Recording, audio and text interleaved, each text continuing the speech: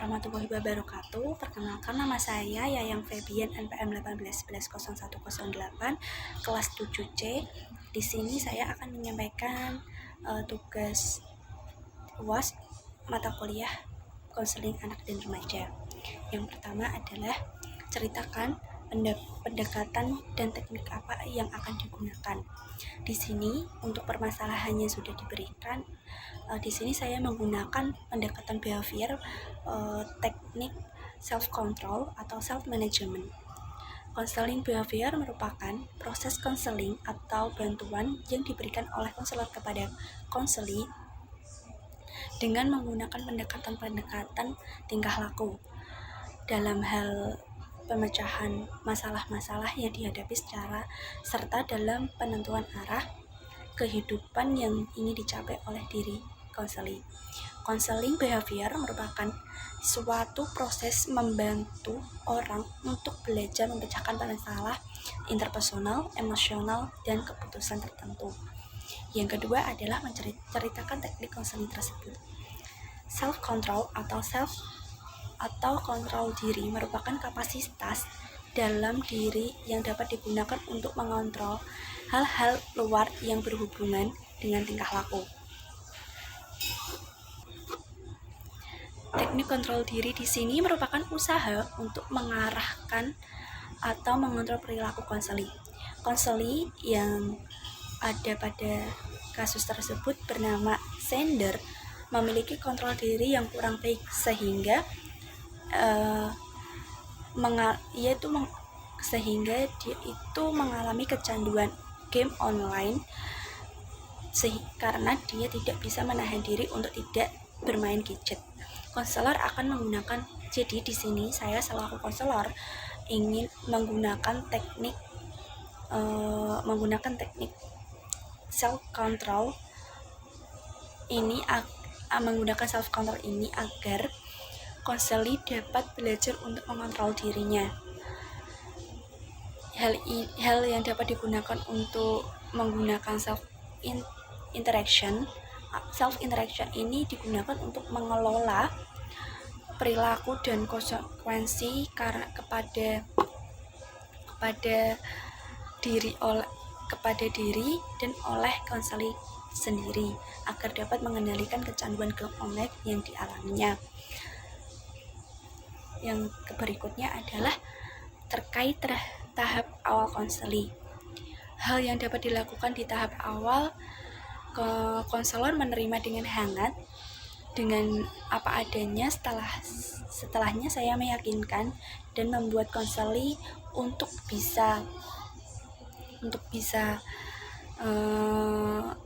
memiliki rasa aman dan nyaman ketika menyampaikan permasalahannya dan terbuka.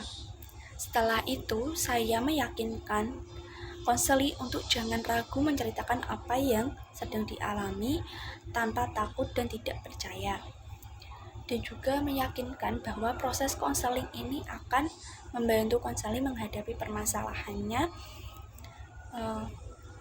yaitu mengenai kecanduan game online dan juga kurangnya sosial terhadap teman-temannya. Karena game online ini sudah menyebabkan dia memiliki perilaku yang perubahannya drastis dalam 4 bulan terakhir.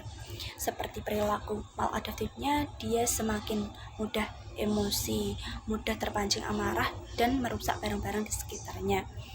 Yang selanjutnya, apa pertimbangan Anda melakukan hal-hal tahap awal agar konseling itu lebih merasa nyaman dan aman untuk menceritakan permasalahan yang sedang ia hadapi, dan agar konselor itu merasa lebih enjoy dengan konselor tanpa merasa ragu, sehingga tujuan untuk mengentaskan permasalahan konseli tercapai dengan penanganan dan kebutuhan yang sesuai dengan permasalahan yang dihadapi oleh konseli. Terkait dengan tahap-tahap konseli, kegiatan konseling yang pertama adalah tahap monitor diri atau observasi diri. Pada tahap ini, konseli dengan sengaja mengamati tingkah lakunya sendiri. Yang pertama adalah tahap monitor diri atau observasi diri. Pada tahap ini, konseli dengan sengaja mengamati tingkah lakunya sendiri, mencatatnya dengan teliti. Catatan ini dapat menggunakan daftar cek atau catatan observasi kualitatif. Hal yang perlu diperhatikan konseli dalam mencatat tingkah lakunya adalah frekuensi, intensitas, dan durasi tingkah laku. Dan tahap evaluasi diri. Pada tahap ini, konseli membandingkan hasil catatan tingkah laku dengan target tingkah laku yang telah dibuat oleh konseli. Perbandingan ini dilakukan untuk mengevaluasi efektivitas dan efisiensi program. Bila program tersebut tidak berhasil, maka ditinjau kembali program tersebut. Apakah target tingkah laku yang diterapkan memiliki ekspektasi yang terlalu tinggi, perilaku yang ditargetkan tidak cocok, atau penguatan yang diberikan tidak sesuai. Yang ketiga, tahap pemberian penguatan, penghapusan, dan hukuman. Pada tahap ini, konseli mengatur dirinya sendiri, memberikan penguatan, menghapus, dan memberikan hukuman pada diri sendiri. Tahap ini merupakan tahap yang paling sulit karena membutuhkan kemampuan yang kuat dari konseli untuk melaksanakan program yang telah dibuatnya secara kontinu.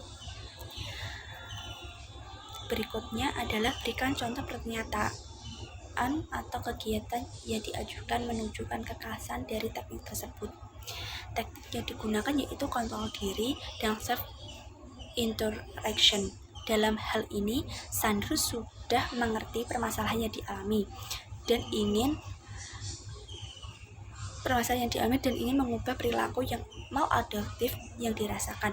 Konselor dan konseli dapat melakukan kontrak perilaku, sehingga ketika konseli dapat mengontrol dirinya akan mendapatkan reward, tetapi ketika konseli melanggar kontrak perilaku yang disepakati akan mendapatkan hukuman. Reward dan hukuman ini juga dibuat atas kesepakatan bersama sesuai dengan kebutuhan konseli. Selanjutnya, berikan alasan mengapa melakukan tahapan tersebut. Alasan saya melakukan tahapan tersebut: dengan menggunakan tahapan tersebut, konseli yang masih asing dengan konselor akan merasa diterima, sehingga konseli dapat menceritakan permasalahan yang dialami dengan nyaman dan merasa aman. Hal ini tentunya sangat penting dalam proses konseling, karena konseli yang dapat menceritakan dirinya dengan sejujurnya akan sangat membantu proses konseling yang dijalani. Selanjutnya yaitu memasuki teknik kontrol diri. Hal ini berguna agar konseli memahami perilaku yang harus dijalani nantinya agar dapat mengubah perilaku maladaptif yang dirasakan dengan menggunakan self-interaction. Juga dapat membantu konselor dalam memberikan penugasan kepada konseli untuk kegiatan konseling yang akan dilakukan selanjutnya, sehingga konselor tahu mana saja perilaku yang berhasil diubah dan masih dalam tahap diubah. Tahap pengakhiran konseling.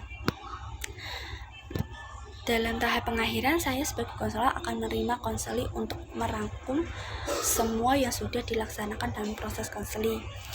Yang kedua, saya sebagai selaku konselor meminta konseli untuk menjalankan kontrak perilaku yang ingin dicapai sesuai dengan kesepakatan yang sudah disepakati.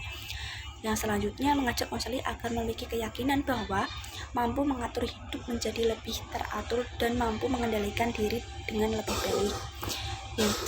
Yang terakhir, memberikan penugasan untuk menuliskan perilaku yang berhasil diubah dan masih sulit untuk diubah untuk kegiatan konseling selanjutnya. Penugasan yang akan saya berikan dan penugasan berikutnya adalah penugasan yang akan saya berikan adalah konseli diminta untuk konsisten dalam menjalankan kontrak perilaku yang sesuai. dan yang ingin dicapai. Apakah dalam 2 minggu sudah ada perubahan, dan dalam 2 minggu tersebut akan diadakan pertemuan untuk konseling selanjutnya untuk membahas kontrak perilaku tersebut sudah dilakukan atau sudah ada perubahan atau belum. Dan yang terakhir, tindak lanjut yang dilakukan untuk sender adalah melihat penugasan yang diberikan dilakukan dengan konsisten atau tidak. Jadi untuk sesi kedua yang akan diadakan untuk melihat seberapa besar konsistensinya terhadap keinginan untuk berubah. Berikut yang sudah saya sampaikan, mungkin banyak kesalahan, saya mohon maaf. Assalamualaikum warahmatullahi wabarakatuh.